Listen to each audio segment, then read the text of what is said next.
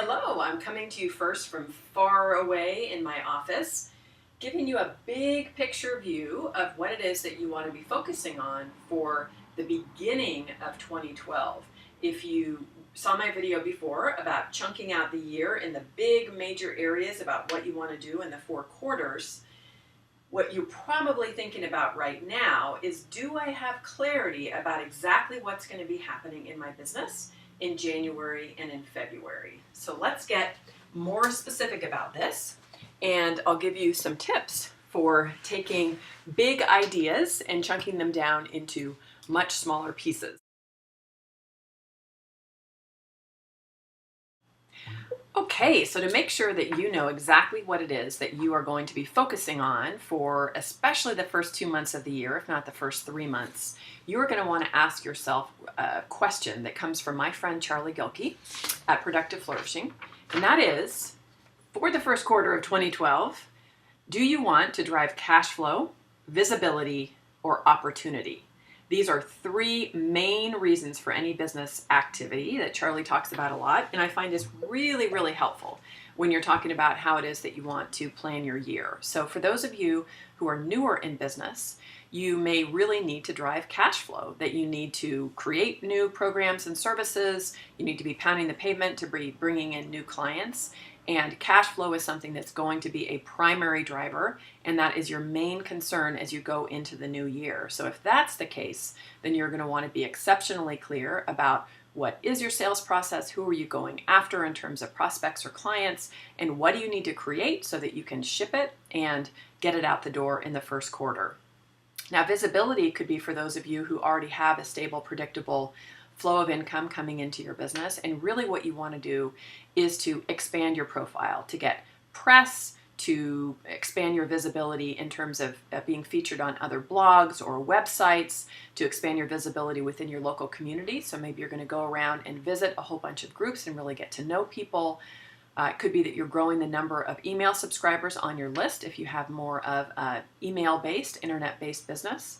Whatever that is, you're going to want to have visibility as a primary focus. And the third is opportunity. Opportunities are things that can often involve something like a partnership, connecting with people that can open up big doors for you. Some of you, even if you're working on something like a book, could lead to a whole chain of opportunities that have to do with opening the door for speaking or for doing consulting or a lot of other things that working on a project like a book could open for you.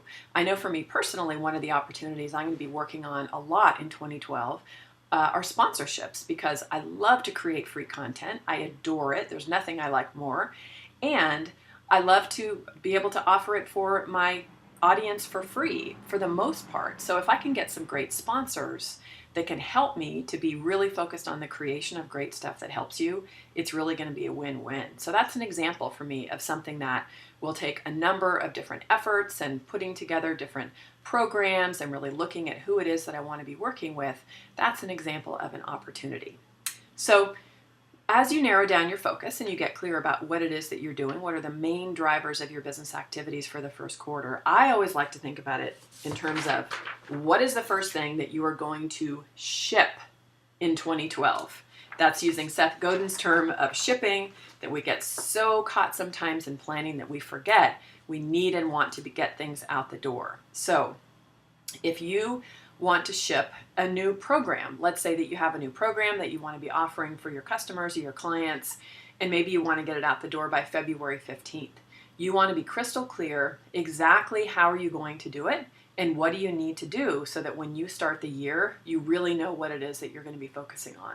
So I use the world's simplest planning technique, but it works so well at the high level, and that is to get something like the ship date of February 15th, where you can just work backwards and you can say, okay, well, probably the first thing that I want to focus on is to get my overall design together. So I need to know, what do people really want? Maybe I can connect with my customers and ask them, or do a survey, or do an audience analysis, or check in with the clients that I have and ask them some personal questions.